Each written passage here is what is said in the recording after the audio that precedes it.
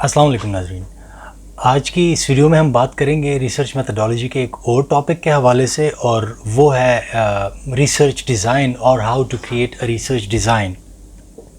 क्योंकि एक बहुत ही ज़्यादा इम्पॉर्टेंट एस्पेक्ट होता है रिसर्च मेथडोलॉजी का, और ये सोशल साइंसेस या प्योर साइंसेस में या नेचुरल साइंसेस में ये यकसा तौर पे इंतहाई अहमियत का हामिल है।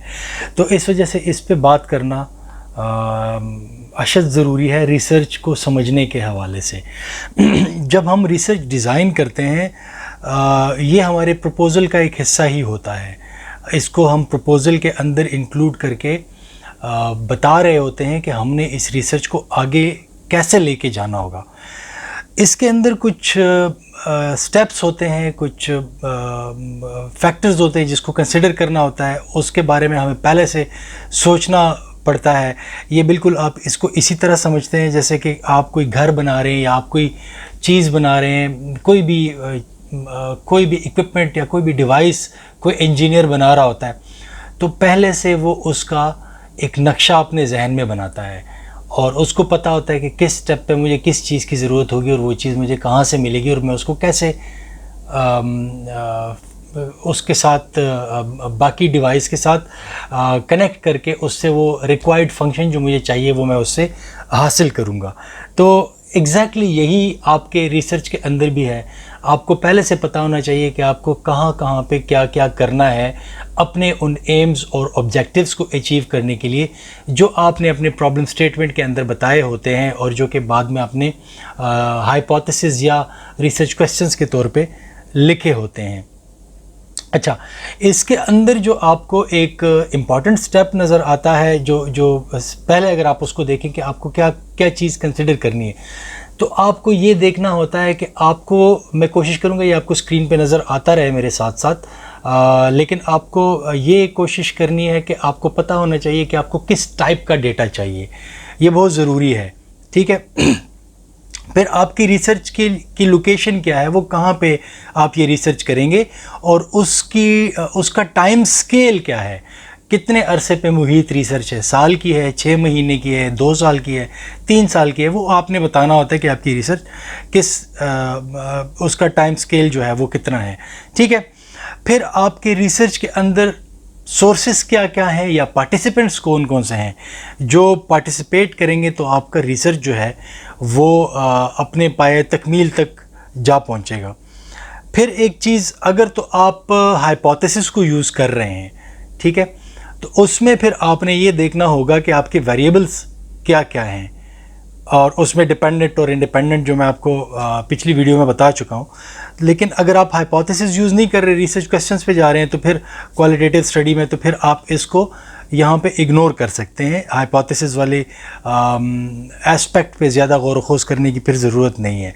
और फिर जो डेटा आपको चाहिए उसके लिए आपके पास मेथड्स क्या हैं डेटा कलेक्ट करने के लिए, ठीक है। अब इसमें जो चीज़ें, अगर आप एक मज़बूत रिसर्च डिज़ाइन चाहते हैं कि एक रिसर्च डिज़ाइन ऐसा हो जो कि जो फ्लॉलेस किस्म का एक रिसर्च डिज़ाइन आप बना सकें, तो या वो एक रिसर्च प्रपोज़ल के अंदर आप उसको प्रेजेंट कर सकें, तो उसमें या आप रिसर्च प्रपोज़ल के अंदर भी कर सकते हैं या आप किसी साइंटिफिक पेपर के अंदर भी कर सकते हैं, या आप बता रहे होते हैं, ठीक है, या आप अपनी डिसर्टेशन के अंदर भी कर सकते हैं।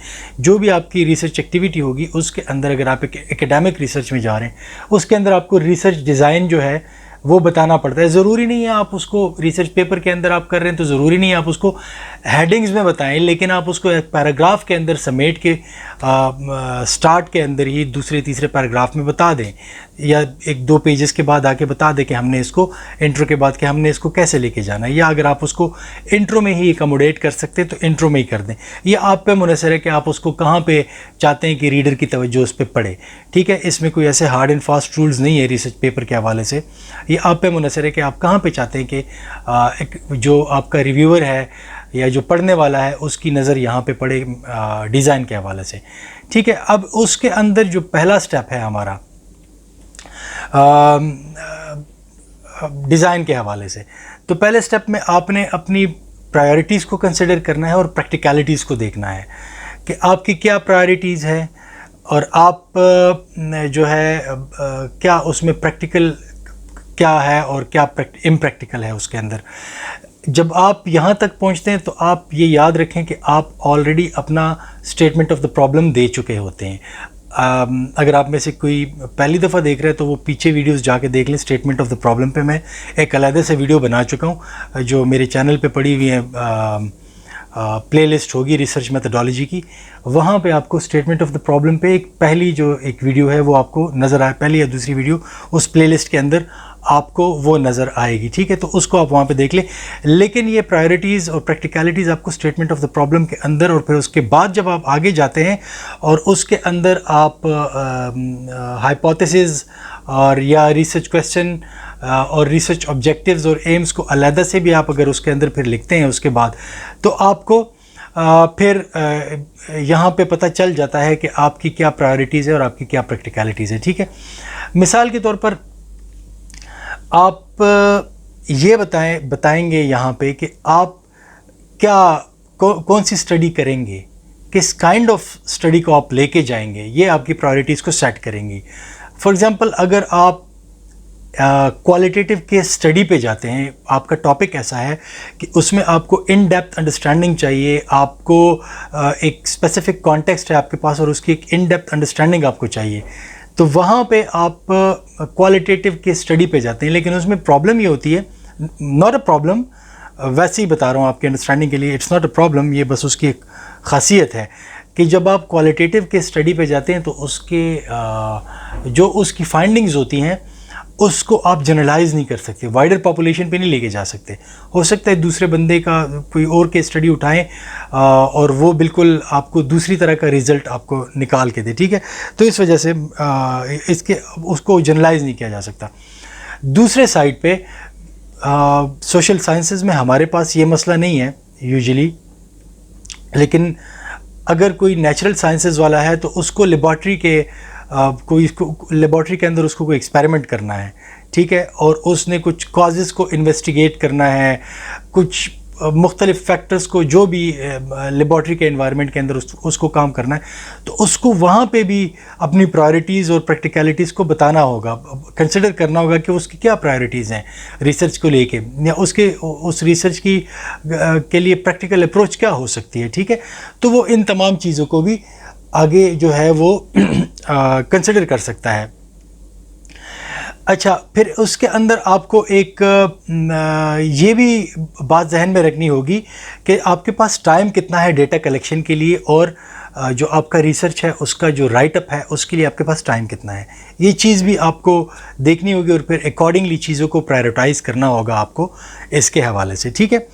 फिर दूसरी जो बात है वो आपको ये देखनी होगी कि आपको ये जो डेटा चाहिए ये आप कैसे इस तक एक्सेस करेंगे। क्या आपको इसके लिए ट्रैवलिंग की ज़रूरत है किसी ख़ास लोकेशन पे पहुंचने के लिए, या कुछ लोगों के साथ कांटेक्ट के लिए आपको ज़रूरत है या नहीं। ये भी चीज़ें आपकी प्रायोरिटीज़ जो है उसको और प्रैक्टिकलिटीज़ को आपको देखना पड़ेगा। तो ये भी आप अपने रिसर्च डिज़ाइन के अंदर फिर मेंशन कर देते हैं कि ये चीज़ चाहिए और इस तक ऐसे रसाई हासिल होगी मुझे, ठीक है। फिर इसके बाद जो आपको किस काइंड ऑफ या किस टाइप ऑफ स्किल्स आपको चाहिए इस रिसर्च के लिए, ठीक है। आपको क्या इंटरव्यू टेक्निक्स चाहिए, क्योंकि आपने कोई इंटरव्यू प्रोटोकॉल यूज़ करना है, इंटरव्यूज़ करने, तो फिर आपको इंटरव्यू के टेक्निक्स का आना चाहिए आपको कि इंटरव्यूज़ कैसे लिए जाते हैं, कैसे उसके लिए क्वेश्चंस डिज़ाइन किए जाते हैं, और आपको क्या कोई स्टेटिस्टिकल एनालिसिस आना चाहिए, एसएएस या एसपीएसएस वगैरह जो होते हैं, या एक्सेल पे जो एनालिसिस करते हैं, क्या फिर आपके पास वो रिक्वायर्ड स्किल्स हैं या नहीं है, आपको इसको भी देखना है। तो ये भी चीज़ें आपको अपने रिसर्च डिज़ाइन को, ऐसे ही नहीं कि किसी का रिसर्च डिज़ाइन देख के आपको पढ़ के अच्छा लगा और अब आपने वो अपने रिसर्च पे अप्लाई कर दिया, लेकिन जब आप उसको देखते हैं आपके पास वो रिक्वायर्ड स्किल्स नहीं है, तो फिर आप उसको कैसे कंडक्ट करेंगे। तो ये चीज़ें आपको देखनी पड़ती हैं, ठीक है। और अगर आपको ये लगता है कि कहीं पे कोई चीज़ें आपके पास कोई रिक्वायर्ड स्किल्स नहीं है, तो फिर आप जाएं वापस और अपने रिसर्च क्वेश्चन को रीफॉर्मुलेट करें, ठीक है, या रिसर्च जो आपकी प्रॉब्लम स्टेटमेंट है उसको रीफॉर्मुलेट करें, उसको ऐसे टेलर करें कि वो आपके पास जो एग्जिस्टिंग सेट ऑफ स्किल्स है रिसर्च की, उसके अंदर रहते हुए आप उसको कर सकें। ये नहीं कि आपने बहुत बड़ी बड़ी बातें कर दी हैं प्रॉब्लम स्टेटमेंट में, लेकिन जब आप उसको प्रैक्टिकली करने पे आते हैं तो फिर आपके पास स्किल्स नहीं है, तो वो चीज़ जो है वो फिर आप बाद में बीच में जाके फंस जाएंगे। तो उसको आपने इसी स्टेज पे देखना होगा और फिर उसको एड्रेस करना होगा अगर उसके अंदर आपको कोई प्रॉब्लम नज़र आती है। फिर आपके पास दूसरा जो स्टेप है रिसर्च डिज़ाइन के हवाले से, वो आपका है कि आपने ये बात डिटरमिन करनी है कि आपको किस टाइप का डेटा चाहिए। ये बात आपने अभी इसी लेवल पे जब आप प्रपोजल लिख रहे होते हैं, रिसर्च डिज़ाइन का जो सेक्शन उसके अंदर होता है, उसके अंदर ये बात आपने सोचनी है कि आपको कैसा डेटा चाहिए और वो आप कैसे एक्सेस करेंगे, ठीक है। और ये आपको डेटा आपके प्रॉब्लम स्टेटमेंट के अंदर आपको ये जवाब मिल जाएगा कि आपको कौन सा डेटा चाहिए। अब उसकी क्या मुख्तलिफ दो किस्में है, एक तो प्राइमरी डेटा है वर्सेस सेकेंडरी डेटा, एक काइंड ऑफ डेटा तो ये है, ठीक है। अब उसमें प्राइमरी डेटा और वर्सेस सेकेंडरी डेटा के अंदर अगर आप देखें तो प्राइमरी डेटा वो डेटा होता है जो कि ओरिजिनल डेटा होता है, जिसको हम कहते हैं जो रिसर्चर ने खुद कलेक्ट किया होता है, ठीक है, या उसने सर्वेस किए होते हैं, या उसने इंटरव्यूज़ किए होते हैं, या उसने लेबॉर्ट्री के अंदर एक्सपेरिमेंट्स किए होते हैं। लेकिन जो भी डेटा उसके पास आता है ये उसका खुद का कलेक्ट किया हुआ डेटा होता है, ठीक है। और फिर वो उसके बाद जाके उसको एनालाइज करता है। तो ये चीज़ जो होती है इसको हम प्राइमरी डेटा कहते हैं। ये बहुत ही मज़े का एक प्रोसेस होता है जब आप ख़ुद से ये डेटा कलेक्ट करते हैं। अगर आपका माइंड क्लियर है कि आप कैसी चीज़ों को लेके जाएंगे तो फिर जब आप ख़ुद डेटा कलेक्ट करते हैं उसका आपको बड़ा मज़ा आता है, बहुत ज़्यादा इंटरेस्टिंग किस्म की एक एक्टिविटी होती है, ठीक है। लेकिन इसके अंदर प्रॉब्लम ये है कि ये ज़्यादा एफ़र्ट्स आपसे मांगती है और ये ज़्यादा वक्त तलब है। इसमें आपको घूमना फिरना पड़ता है, आपको एक एक स्टेप पे जाके एक एक पॉइंट के लिए लोगों के इंटरव्यूज़ ले रहे होते हैं, या अगर आप एक्सपेरिमेंट लेबॉर्ट्री के अंदर कर रहे हैं तो आपको घंटों घंटों इंतज़ार करना पड़ता है। एक छोटी सी नुक्ते के अंदर क्लैरिटी लाने के लिए आपको बार बार कोई एक एक्सपेरिमेंट रिपीट करना पड़ता है। तो ये सारी चीज़ें फिर आपको देखनी पड़ती है, आपको सर्वेस करने पड़ते हैं, जैसे कि मैंने आपको बताया। ये इस वजह से थोड़ा सा फिर जब आप इंटरव्यूज़ करते हैं तो वो लोगों तक आप कैसे एक्सेस करेंगे, ये सारी चीज़ें आप इसके अंदर देख रहे हो। तो इस वजह से ये टाइम कंज्यूमिंग है और इसमें एफर्ट ज़्यादा लगती है, लेकिन इंटरेस्टिंग बहुत ज़्यादा होता है ये। दूसरा जो आपके पास डेटा होता है वो होता है सेकेंडरी डेटा, ठीक है। तो उस सेकेंडरी डेटा को आप ये समझे कि ये वो डेटा होता है जो किसी और ने कलेक्ट किया होता है, ठीक है। और उस डेटा को अब आपने एनालाइज करना है। तो जो किसी और ने डेटा कलेक्ट किया होता है उसको आप कैसे एनालाइज करते हैं। फॉर एग्जांपल वो डेटा किस किस्म का होता है, ये आपके पास कोई ऑफिशियल रिकॉर्ड्स होते हैं, आर्काइव्स वगैरह जो होते हैं वो आपके पास होंगे, कुछ पब्लिकेशंस होंगी, किताबें होंगी, रिसर्च पेपर्स होंगे, किसी और ने काम किया हुआ है, लेकिन अब आप उसको एनालाइज करेंगे, ठीक है। और फिर आपके पास कोई किसी का थीसिस होगा, कोई रिसर्च स्टडी होगी, वो हुआ होगा, ठीक है। फिर आपके जो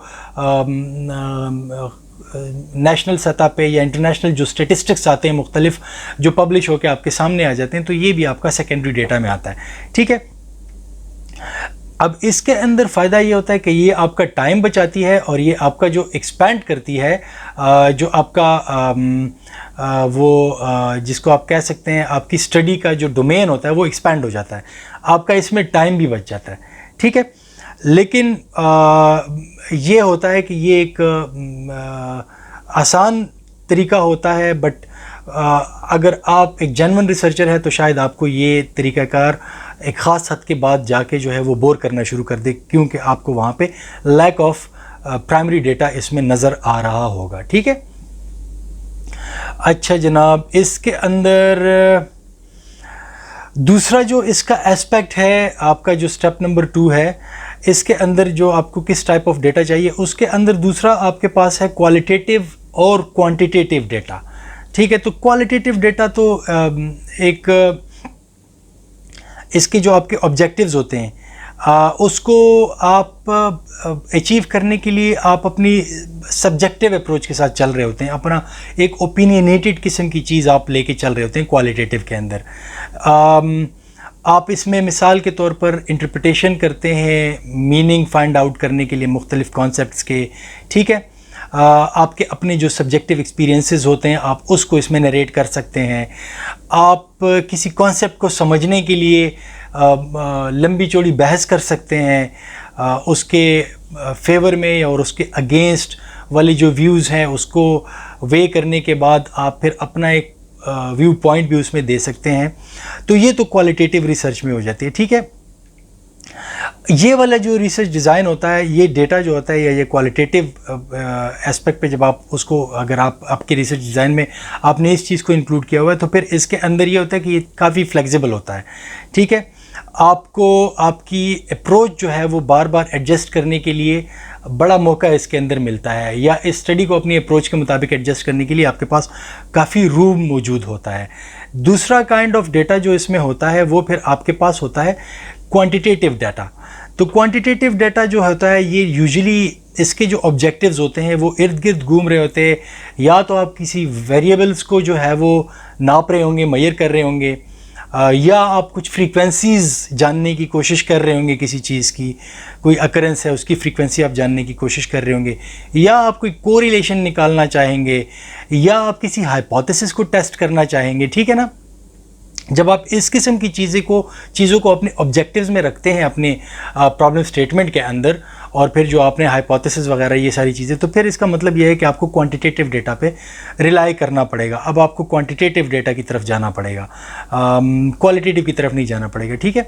ये वाली जो रिसर्च होती है ये ज़्यादा फिक्स्ड किस्म की रिसर्च होती है, इसमें वेरिएबल्स होते हैं और ये सारी चीज़ें जो होती है, ये डेटा कलेक्शन के जो एडवांस्ड टूल्स होते हैं जिससे आप डेटा कलेक्ट करते हैं वो आप इसमें यूज़ करते हैं, सर्वेज वगैरह करते हैं, आप वो सारा डेटा कलेक्ट करते हैं, और फिर आप ये इसमें आपके पास उतना रूम नहीं होता जितना मैंने अभी आपको बताया कि क्वालिटेटिव डेटा में आपके पास मौजूद होता है, ठीक है। तो ये भी, और अब एक और अप्रोच आई हुई है कि उसमें ना कोई प्योरली क्वालिटेटिव पे जाता है ना प्योरली क्वांटिटेटिव पे जाता है, बल्कि वो एक ऐसी किस्म की स्टडीज़ होती हैं जिसमें वो कुछ स्टेटिस्टिकल एनालिसिस भी कर रहे होते हैं, कुछ वो अपना ओपिनियन भी दे रहे होते हैं, ठीक है। सब्जेक्टिविटी का एस्पेक्ट भी आता है उसमें, और वो उसमें ऑब्जेक्टिव भी रहते हैं कई मौक़ों पे। तो वहाँ पे फिर आपको एक क्वालिटेटिव और क्वांटिटेटिव अप्रोच का एक कॉम्बो लेके आना पड़ता है जिसको हम मिक्स्ड मेथड कहते हैं, ठीक है। तो ज़्यादातर लोग इसको भी प्रेफर करते हैं कि मिक्स मेथड पे आ जाते हैं। क्यों अपने आप को इस उलझन में फंसाएं कि भाई ये प्योरली क्वालिटेटिव हो रहा है और मैंने बिल्कुल क्वांटिटेटिव की तरफ नहीं जाना, या मैं प्योरली क्वांटिटेटिव कर रहा हूँ तो क्वालिटेटिव की तरफ नहीं जाना। तो उसमें फिर आप मिक्स मेथड की तरफ भी आ सकते हैं, वहाँ पे फिर आपके पास ज़्यादा रूम हो जाता है। अगर आप क्वांटिटेटिव की तरफ कोई चीज़ों की कैलकुलेशन में लगे हुए हैं, कुछ कोरिलेशंस भी निकालना चाहते हैं वो भी निकाल लें, और उसके अलावा आप अपना ओपिनियन देना चाहते हैं तो आप अपना ओपिनियन भी उसके अंदर दे दें। फिर इसके बाद आपका एक तीसरा स्टेप आता है। अब जब आपका जो तीसरा स्टेप है उसमें आपने ये डिसाइड करना होता है कि आप अपना डेटा कलेक्ट कैसे करेंगे, ठीक है। तो डेटा के कलेक्शन के लिए आपके पास मुख्तलिफ मेथड्स हैं रिसर्च के, वो आपको बता देते हैं कि आप डेटा कैसे कलेक्ट करेंगे, ठीक है। उसमें कुछ प्रोसीजर्स हैं, कुछ टूल्स हैं, कुछ मटेरियल चाहिए, या जो भी आपको जो है वो मैं अभी आपके सामने उसको एक्सप्लेन करता हूँ। उसमें जो आपके पास एक मेथड है वो आपके पास आ जाता है सर्वेज, जिसको हम कहते हैं, या सर्वे करना, ठीक है। अब जब आप सर्वे करेंगे तो उसके अंदर आप क्या क्या चीज़ें कंसिडर करेंगे। आपने ये देखना है कि कितने रिस्पोंडेंट्स आपको चाहिए इस सर्वे के अंदर, ठीक है, और आपको कौन सा सैम्पलिंग का मेथड यूज़ करना है। यूजुअली हमारे पास सिंपल रैंडम सैम्पलिंग जो होती है एक वो होता है, और एक स्ट्रैटिफाइड सैम्पलिंग होती है। तो अगर आप सिंपल रैंडम सैम्पलिंग को देखें तो इसकी टेक्निकल टर्मिनोलॉजीज़ है। यूजुअली मैं खुद क्वालिटेटिव रिसर्च पे ज़्यादा फोकस कर रहा होता हूँ, मैं क्वांटिटेटिव पे नहीं जाता, लेकिन फॉर योर अंडरस्टैंडिंग अगर आप सिंपल रैंडम सैम्पल को देखें तो उसमें ये है कि जो भी आपने पॉपुलेशन उठाई हुई है, उस जो भी आपका सबसेट है उसमें से आप रैंडमली किसी को भी सेलेक्ट कर सकते हैं। आपने बताया कि जनाब इस्लामाबाद के अंदर मैंने ये सर्वे करना है। अब इस्लामाबाद के अंदर आप उठाएं जनाब, जाएं किसी से भी रोड पे बात कर रहे हैं, किसी कैफ़े में जाएं बात करें, यूनिवर्सिटीज़ में जाएं बात करें, स्कूल्स कॉलेजेस में जाएं, किसी जो इस्लामाबाद पिंडी का रेजिडेंट है आप उसके साथ बात कर सकते हैं। तो ये आपका जो है वो सिंपल रैंडम एक मेथड है जिसमें आपने एक बड़ा एरिया डिफाइन कर दिया। अब उस एरिया के अंदर आपने मज़ीद जो है वो चीज़ों को डिफ़ाइन नहीं किया कि मैं इस्लामाबाद में किसका इंटरव्यू करूँगा, कैसे करूँगा। और दूसरा आपका है स्ट्रेटिफाइड सैम्पल। स्ट्रेटिफाइड सैम्पल में क्या करते हैं आपके, इसमें आप एक ख़ास पॉपुलेशन को सब ग्रुप्स में भी डिवाइड कर देते हैं। होमोजीनियस किस्म के सब ग्रुप्स होते हैं, ठीक है। मिसाल के तौर पर वो जो आप उसको सब ग्रुप्स में डिवाइड करते हैं, आपने एक पॉपुलेशन उठाया तो उसमें आप रेस पे भी उसको डिवाइड कर सकते हैं, जेंडर के बेस पे भी डिवाइड कर सकते हैं, लोकेशन के बेस पे भी डिवाइड कर सकते हैं। फिर आपको एग्जांपल दे देता हूँ कि आपने मिसाल के तौर पे बताया कि मैं इस्लामाबाद के अंदर सैंपल कलेक्ट करूँगा, लेकिन वो स्ट्रेटिफाइड है, तो उसमें आप चाहते हैं कि आपको इस्लामाबाद के अंदर जो सिंधी रह रहे हैं वो क्या सोच रहे हैं, इस्लामाबाद के अंदर जो पठान रह रहे हैं वो इस पर्टिकुलर इशू के बारे में क्या सोच रहे हैं, जो इस्लामाबाद के अंदर पंजाबी स्पीकिंग रह रहे हैं वो क्या सोच रहे हैं इसके बारे में, या बलूची स्पीकिंग रह रहे हैं वो क्या सोच रहे हैं। तो आपने इसको एक ख़ास तरीके से एथनिसिटी के ऊपर आपने इसको जो है, या लैंग्वेज के ऊपर आपने इसको वो कर दिया है, एक आपने इसके अंदर जो है वो स्ट्रैटम आपने डिफ़ाइन कर दिया कि ये इस स्ट्रैटम पे हम जाएंगे। या आप कहते हैं कि इस्लामाबाद के अंदर जो ख़वातीन हैं, तो वो ख़वातीन का इस पर्टिकुलर इशू पे क्या पॉइंट ऑफ व्यू है, या वो क्या समझती हैं इसके बारे में, ठीक है। तो आप फिर आप फर्दर गए, आपने ख़वातीन के बारे में जो है वो ख़वातीन को आपने अप्रोच किया, उनसे आपने व्यू लिया, या आपने मेल्स को अप्रोच किया, उनसे आपने व्यू लिया, या फिर आप उसमें इस्लामाबाद के अंदर तरामड़ी के अंदर रहने वाले लोग जो हैं वो क्या सोच रहे हैं इस इशू के बारे में, और F7 और F6 के अंदर रहने वाले लोग इस इशू के बारे में क्या सोच रहे हैं, ठीक है। तो ये इस किस्म की चीज़ों को फिर आप स्ट्रेटिफाइड सैंपल कहते हैं। जब आप इतनी डिटेल में जाते हैं तो ये सारी चीज़ें फिर आप वहाँ पे सर्वेस के अंदर बता रहे होते हैं कि आप कैसे करेंगे। फिर आपने ये भी देखना होता है कि आप इस सर्वे को डिस्ट्रीब्यूट कैसे करेंगे। क्या आप इसको ऑनलाइन पोस्ट करेंगे, ऑनलाइन डालेंगे तो लोगों को ईमेल चला जाएगा, जैसे कि होता है गूगल के अंदर वो एक क्वेश्चनियर होता है, वो यस और नो कर रहे होते हैं, और जब वो सबमिट करते हैं तो जिसने वो जनरेट किया होता है उसके पास उसका एक आंसर चला जाता है कि एक रिस्पोंडेंट ने जवाब दे दिया, ठीक है। या आप इन पर्सन जाके लोगों को देंगे और उसको एक्सप्लेन भी करेंगे कि इसका ये मतलब है, या आप लोगों को पोस्ट कर देंगे, ख़त व किताबत जैसे होती है उसके अंदर आप उसको दे लेंगे। तो ये अब आपने ख़ुद डिसाइड करना है। ये जब आप जब ये सर्वेस का मेथड लेते हैं तो इसमें आपने ये चीज़ कंसिडर करनी होती है कि हम करेंगे तो करना तो ये है, लेकिन इसको अब कैसे करना है। ये सारी चीज़ें आपको ये क्लैरिटी होनी चाहिए जब आप रिसर्च डिज़ाइन कर रहे होते हैं या रिसर्च डिज़ाइन लिख रहे होते हैं, ठीक है। अच्छा जी, फिर आपने इसमें ये भी देखना होता है कि आप अपना जो क्वेश्चनएयर है उसको आप कैसे डिज़ाइन करेंगे। क्या आपका जो क्वेश्चनएयर है वो ओपन एंडेड है या वो क्लोज्ड क्वेश्चंस है। मतलब ओपन एंडेड में ये है कि आप एक सवाल पूछेंगे, जनाब आप क्या समझते हैं कि इस्लामाबाद के अंदर जो नकासी के मसाइल है उसका क्या हल है, तो लोग आपको 100 किस्म के आंसर दे सकते हैं। कोई कहेगा जनाब यहाँ से नाला गुजार दे, कोई कहेगा CDA की गाड़ियाँ आके कचरा उठाएं। ये मैं आपको एग्जांपल दे रहा हूँ वैसे, ठीक है। यूजुअली इस किस्म की रिसर्च हम IR में नहीं करें, लेकिन जहन में इस वक्त यही वाली एग्जांपल मेरी आ गई है तो मैंने आपको बताई। या आप क्लोज्ड एंडेड क्वेश्चन करते हैं, ठीक है। क्या आप समझते हैं कि चीन और अमेरिका की आपस में लड़ाई होगी, हाँ या ना। तो उसमें आपने अब ये सर्वे में अब आपने ये आपने पहले से आप क्लियर होने चाहिए, आपका माइंड क्लियर होना चाहिए कि आपको करना क्या है, ठीक है। और क्या, या ये दूसरी तरह आप ओपन एंडेड में ये चले जाएं कि क्या आप समझते हैं कि अमेरिका और चीन की लड़ाई होगी, अगर हाँ तो क्यों, और अगर ना तो क्यों, ठीक है। तो फिर आपने इसको भी ओपन एंडेड कर दिया, ठीक है। तो ये इस किस्म की चीज़ें होती हैं। फिर दूसरा जो मेथड आपके पास होता है वो होता है आपके पास इंटरव्यूज़ का।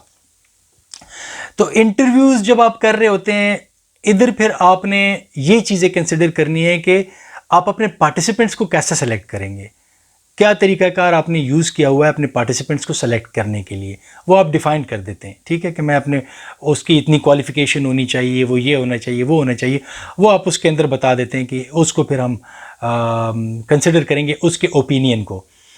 फिर आपके पास आपने ये भी देखना होता है कि ये इंटरव्यू कहाँ पे और लिया जाएगा, जिसको हम कहते हैं वेयर एंड व्हेन, ठीक है। तो ये इंटरव्यू कहाँ और कब लिया जाएगा। आपने ये चीज़ भी देखनी होती है इसके अंदर, क्योंकि आपका आप एक टाइम फ्रेम के अंदर भी चलना होता है। जो टाइम स्केल मैंने आपको ऊपर बताया, आपने उसको भी देखना होता है। अच्छा जनाब, फिर ये इंटरव्यू क्या ये स्ट्रक्चर्ड होगा, सेमी स्ट्रक्चर्ड होगा या अनस्ट्रक्चर्ड होगा? ठीक है, तो यहाँ पे भी आपने इन तमाम चीज़ों को कंसिडर करना होता है। फिर आप आ जाते हैं जनाब, आपके पास आ जाता है एक्सपेरिमेंट का एक और मेथड। उसमें ये अब नेचुरल साइंसेस वालों का है, इसमें हम सोशल साइंसेस वालों को कोई इतना ज़्यादा नहीं पता होता, लेकिन फिर भी जस्ट आपकी अंडरस्टैंडिंग के लिए, क्योंकि आप जो भी रिसर्च डिज़ाइन के हवाले से कोई भी किताब उठा के पढ़ते हैं तो उसमें ये पोर्शन होता है, तो हमें पढ़ पढ़ के थोड़ी बहुत इसका आइडिया हो गया है। इसको कभी हमने प्रैक्टिकली किया नहीं है। तो एक्सपेरिमेंट्स अगर आप करते हैं तो आप उसके अंदर लेबॉर्ट्री सेटिंग को देखते हैं कि क्या लेबॉर्ट्री सेटिंग के अंदर ये एक्सपेरिमेंट करना है या फील्ड में आपने जाके काम करना है। ठीक है, जैसे जियोलॉजिस्ट होते हैं, उन्होंने फील्ड में जाके एक्सपेरिमेंट करना है, लेबॉर्ट्री में वो बहुत कम काम करेंगे।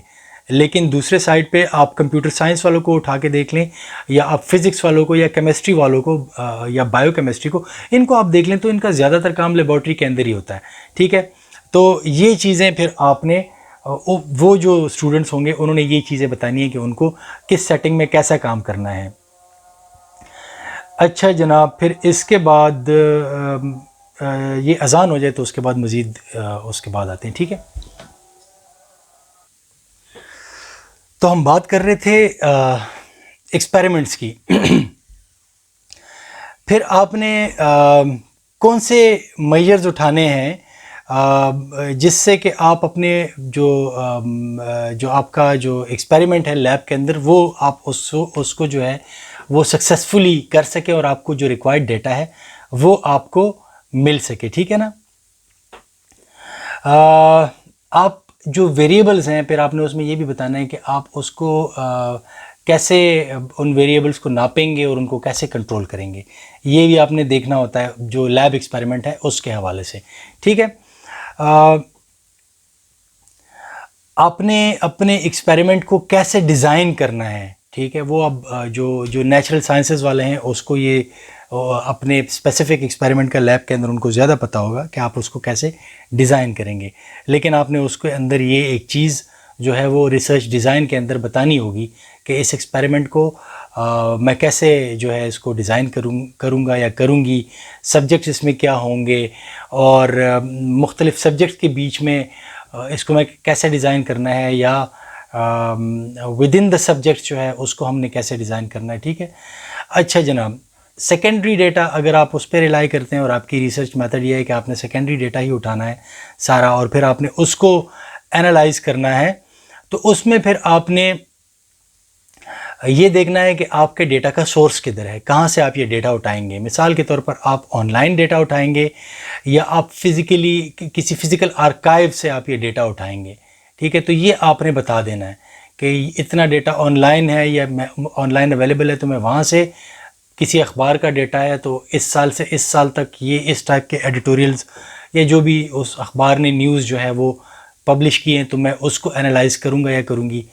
और या फिर ये है कि अगर वो आप उससे पीछे जाते हैं, आप 40-50 साल पीछे जाते हैं, तो फिर अखबारात जो हैं वो आपको आर्काइव्स में जाना पड़ता है, क्योंकि आपको ऑनलाइन तकरीबन 20 साल तक का शायद मिल जाएगा, या ज़्यादा ज़ोर लगा लें 25 साल तक। इससे पीछे तो इंटरनेट था ही नहीं, तो ऑनलाइन अखबारात जो थे वो नहीं थे, तो इस वजह से वो एक इशू होगा। इस तरह बाकी भी चीज़ें जो है वो ऑनलाइन नहीं थी। तो अगर आप ज़्यादा पुराना डेटा निकालना चाहते हैं तो फिर आपको डेफिनेटली फ़िज़िकल आर्काइव की तरफ जाना पड़ेगा। और फिर आपने ये भी बताना है कि आपने क्राइटेरिया कौन सा यूज़ करना है कि आप उस सोर्स को सेलेक्ट करेंगे। ठीक है, आपका क्या क्राइटेरिया है, कौन सा कंटेंट है जिसको आप एनालाइज करेंगे, तो वो भी आपके क्राइटेरिया के अंदर आ जाता है कि इस टाइप ऑफ कंटेंट को मैंने देखना है। आपकी डेटा की रेंज या उसके अंदर जो है वो आप किस साल से किस साल तक, जो कि मैंने आपको बताया, ठीक है, वो आप उसको किस साल से किस साल तक देखेंगे, तो फिर आपको ये चीज़ जो है ये इसके अंदर क्लैरिटी आ जाएगी। अगर आप सेकेंडरी सोर्स पे भी जाते हैं तो आपको पता चल जाएगा। फिर एक और स्टेप आता है जो रिसर्च डिज़ाइन के होता है, वो डिज़ाइन के अंदर होता है, वो ये होता है कि अब आपने डेटा कलेक्ट तो कर लिया, चलें ठीक है, एनालाइज कैसे करेंगे इसको, ये भी आपने इसके अंदर देखना होता है, ठीक है। अब इसके एनालिसिस के अंदर अगर आप क्वांटिटेटिव एनालिसिस के अंदर जाते हैं, अगर आपका क्वांटिटेटिव डेटा है और आप उसमें उसका डेटा एनालिसिस करते हैं, तो उसके लिए यूजुअली जैसे मैंने शुरू में आपको बता दिया था कि आप एक्सेल का यूज़ करते हैं, आप SPSS का यूज़ करते हैं और आप SAS का यूज़ करते हैं, ठीक है। स्टैटिस्टिकल एनालिसिस के लिए ये मुख्तलिफ टूल्स होते हैं। SPSS जो होता है वो statistical package for social sciences होता है, और जो आपका SAS होता है वो स्टैटिस्टिकल एनालिसिस सिस्टम कहा जाता है, ठीक है। और एक्सेल के अंदर तो बाकी भी ये चीज़ें जो होती हैं, ये आपको पता ही है कि एक्सेल अपने जो है वो फार्मूले वगैरह कर रहा होता है, लेकिन बहरहाल ये सारी क्वांटिटेटिव है, तो आप मुझे इसके अंदर जो है वो अनपढ़ ही समझें, क्योंकि क्वांटिटेटिव एनालिसिस में मैं वाकई अनपढ़ हूँ, मुझे सिर्फ इसके नाम आते हैं, काम ने मैंने कभी इस पर नहीं किया हुआ। ज़्यादातर हमारा कंसर्न क्वालिटेटिव IR में, ज़्यादातर हम क्वालिटेटिव रिसर्च पे ही काम कर रहे होते हैं, ठीक है। अच्छा, तो अगर आप स्टैटिस्टिकल, जैसे कि मैंने आपको शुरू में भी बता दिया था, इसमें आप कोरिलेशन को देखते हैं, इसमें आप पैटर्न्स को स्टडी करते हैं, इसमें आप फ्रीक्वेंसीज को देखते हैं, ठीक है ना। इसमें आप एवरेजेस निकालते हैं मुख्तलिफ़ चीज़ों के, मुख्तलिफ जो आपके वेरिएबल्स होते हैं उसके अंदर डिपेंडेंट और इंडिपेंडेंट, और वो सारा चक्कर आप इसमें कर रहे होते हैं। तो इसमें आप ये सारी चीज़ें कर रहे होते हैं। तो अगर आप क्वान्टिटेटिव एनालिसिस पे जाते हैं तो फिर आपको ये क्लैरिटी अपने डिज़ाइन के अंदर लानी होगी कि आप इसमें कौन सा जो है वो स्टैटिस्टिकल एनालिसिस टूल यूज़ करेंगे, और उसके अंदर आप कौन कौन से जो भी फार्मूले होते हैं, जो भी आपने काम उससे लेना होता है, आपका रिक्वायर्ड जो डिज़ायर्ड आउटकम है वो आपको दे, तो वो आपने पहले ही डिज़ाइन के स्टेज पे बता देना होता है। हाइपोथेसिस और ये सारी चीज़ें जो होती है, ये आपने उससे वेरिएबल्स और ये सारी चीज़ें उसमें बता देनी, और फिर उसके ऊपर आपने कौन सा टेस्ट लगाना है और कैसे उसका आउटकम आपको चाहिए होगा, ये सारी चीज़ जो है ये आप डिज़ाइन के स्टेज पे ही बता देते हैं। दूसरे साइड पे आते हैं, अगर हम लोग क्वालिटेटिव डेटा एनालिसिस में जाते हैं तो उसमें हमें क्या करना पड़ता है। देखिए, वह कुछ अल्फाज को एनालाइज करना होता है, कुछ इमेजेस को एनालाइज करना होता है, ठीक है। इसके अंदर यूजुअली यही होता है, आप एक इमेज को देखते हैं, फिर आप उसकी इंटरप्रिटेशन करते हैं, इसमें ये था, इसमें ये था, इसमें ये था, या आप किसी पीस ऑफ राइटिंग को उठाते हैं और फिर आप उस पीस ऑफ राइटिंग के अंदर के अल्फाज निकालते हैं, मुख्तलिफ जो कीवर्ड्स यूज़ हुए होते हैं, आप उसको एनालाइज करते हैं, आप उसकी जो स्ट्रक्चर ऑफ द सेंटेंसेस है या उसके अंदर ऑर्डर ऑफ वर्ड्स है, आप उसको देख रहे होते हैं, तो आप बहुत सारे मीनिंग्स जो हैं आप उसमें से ड्रॉ करते हैं और आप उसको एनालाइज करने की, ये सारी की सारी जो चीज़ होती है ये आपकी सब्जेक्टिव जजमेंट्स होती हैं। इसमें ऑब्जेक्टिविटी का आंसर नहीं होता, ये आपकी सब्जेक्टिव अप्रोच होती है, आप उसको कैसे परसीव कर रहे हैं, ठीक है।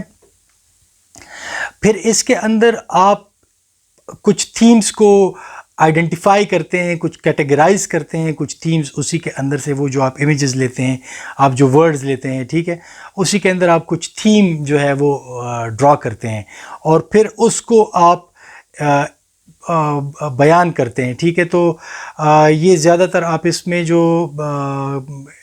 हमारी एक्सप्लेनेटरी इंटरप्रेटिंग हमारा इसमें काम होता है, ठीक है। इसमें हम नैरेटिव्स की तरफ जाते हैं या नरेशन की तरफ हम जाते हैं, उसके अंदर ये सारी चीज़ें जब आप थीम्स के अंदर इसको लेके आ जाते हैं तो आपको इसके अंदर क्लैरिटी आ जाती है, ठीक है।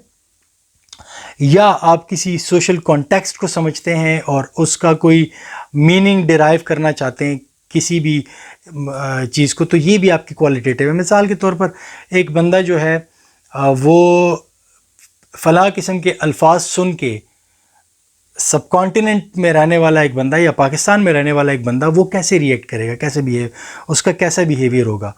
और दूसरे कॉन्टेक्स्ट में, सोशल कॉन्टेक्स्ट के अंदर एक बंदा वही अल्फाज सुनेगा तो वो कैसे बिहेव करेगा, अमेरिका में सुनेगा, ऑस्ट्रेलिया में सुनेगा, यूरोप में सुनेगा, मिडिल ईस्ट में सुनेगा, तो वो कैसे बिहेव करेगा। तो बाज़ दफ़ा होता है आपके साथ कि आपके लिए एक चीज़ आपके सोशल कॉन्टेक्स्ट के मुताबिक बड़ी माइनर सी होती है, लेकिन आप जब किसी दूसरे मुल्क में जाते हैं या किसी दूसरे कल्चर के लोगों के साथ आप इंटरेक्ट करते हैं, वो चीज़ जो आपके लिए बड़ी माइनर होती है, जब वो आप उनके सामने करते हैं तो वो उसको बड़ा ऑफेंड हो जाते हैं उस पर, या वो चीज़ जिसको आप बड़ा लाइटली लेते हैं और जब वो चीज़ आप उनके सामने करते हैं तो वो उसको बड़ा खुल के इंजॉय करते हैं, बिकॉज उनके लिए वो बड़ी नई होती है, उनके सोशल कॉन्टेक्स्ट में that might be considered as a joke, और they might be offended by that same sentence, ठीक है। तो ये चीज़ एक इलाके में एक चीज़ को एज ए जोक लिया जाता है, लेकिन दूसरे इलाके में लोग उस पर ऑफेंड हो जाते हैं। तो ये सारी चीज़ें फिर जब आप इसको एनालाइज करते हैं तो ये आपके सारा क्वालिटेटिव एनालिसिस के अंदर ये चीज़ें आती हैं। जब आप अपना ये रिसर्च डिज़ाइन कर रहे होते हैं तो इसमें आपने देखना होता है कि आपने कौन सी अप्रोच उठानी है डेटा को एनालाइज करने के लिए, ठीक है। और ये जो मेन थीम्स हैं या जो मेन कैटेगरीज हैं ये तभी होंगी जब आप सारा का सारा डेटा कलेक्ट कर पाएँ। डेटा कलेक्ट एक दफ़ा कर लें तो ये थीम्स तभी आप उसमें से डिराइव कर सकेंगे। लेकिन आप डिज़ाइन के स्टेज पे बता दें कि इसमें से मैंने थीम्स निकालने हैं। डेटा जब कलेक्ट होगा तो उसके अंदर मैंने थीम्स लेके आने हैं, और वो थीम अब तो आपके पास इसके लिए भी सॉफ्टवेयर्स आ चुके हैं। एनवीवो एक सॉफ्टवेयर है, वो इस पे भी काम करता है। तो ये चीज़ पहले मैनुअल होती थी, अब अगर कोई एनवीवो को ऑपरेट करना जानता है तो वो मैनुअल से बच जाता है, डेटा उसमें फीड करता है क्वालिटेटिव, और वो उसके अंदर से थीम्स उसको निकाल के दे देते हैं, कैटेगरीज उसको निकाल के दे देते हैं, तो उनका काम थोड़ा आसान हो जाता है। All you need to do is to understand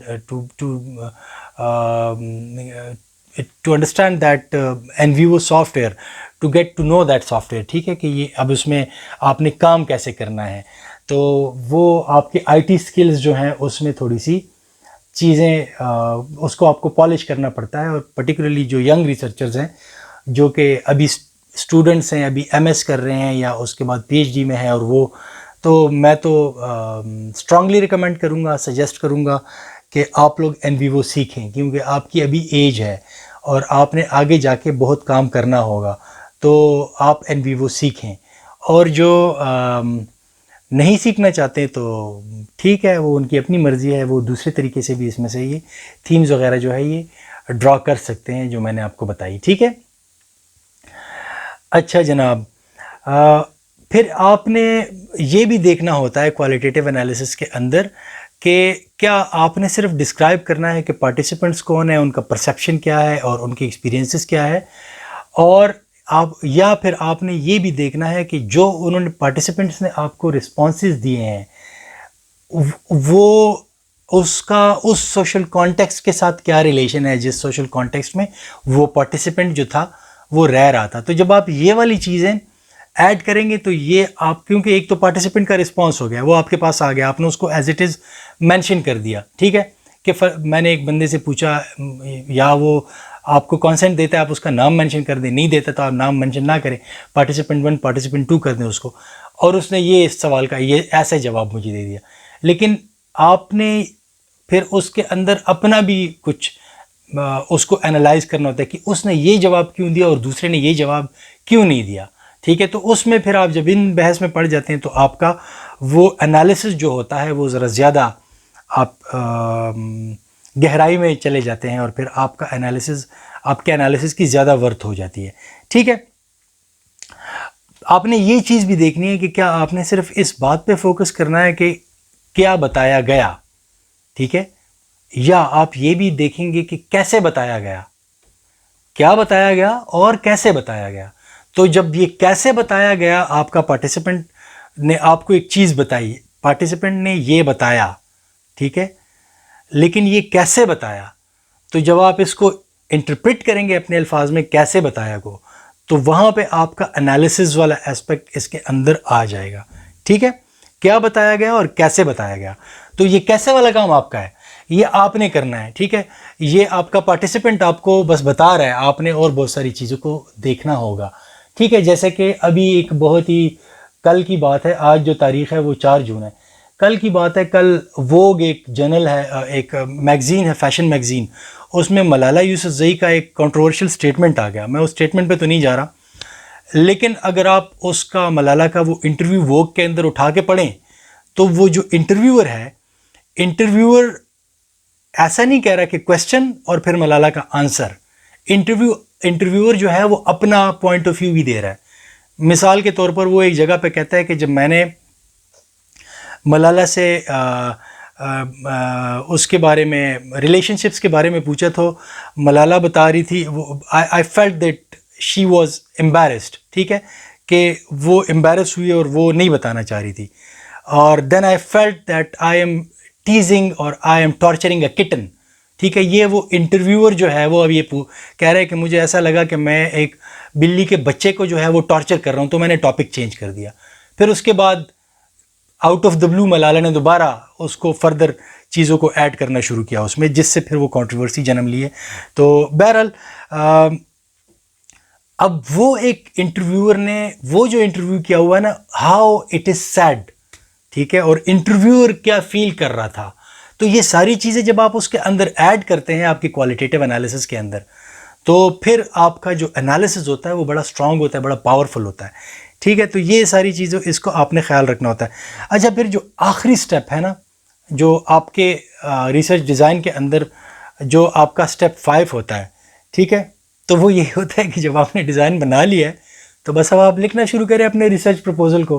problem statement आपने बना लिए, रिसर्च क्वेश्चन आपने बना लिए, लिटरेचर रिव्यू आप कर चुके, रिसर्च डिज़ाइन आप ले आए, तो फिर आपने एक स्टेप ये भी होता है कि अब आप रिसर्च प्रपोजल को भी लिखें। ठीक है, यहाँ तक तो बात हमने क्लियर कर दी रिसर्च मेथडोलॉजी के हवाले से। अभी तक जिस जो स्टेप्स मैंने अपनी वीडियोस में कवर किए, लिटरेचर रिव्यू एक उसमें आ गया, दूसरा उसके अंदर स्टेटमेंट ऑफ द प्रॉब्लम आ गई, तीसरी जो मैंने उसके अंदर बात की है वो hypothesis, title, hypothesis, research questions, AIIMS and objectives, वो एक वीडियो आपकी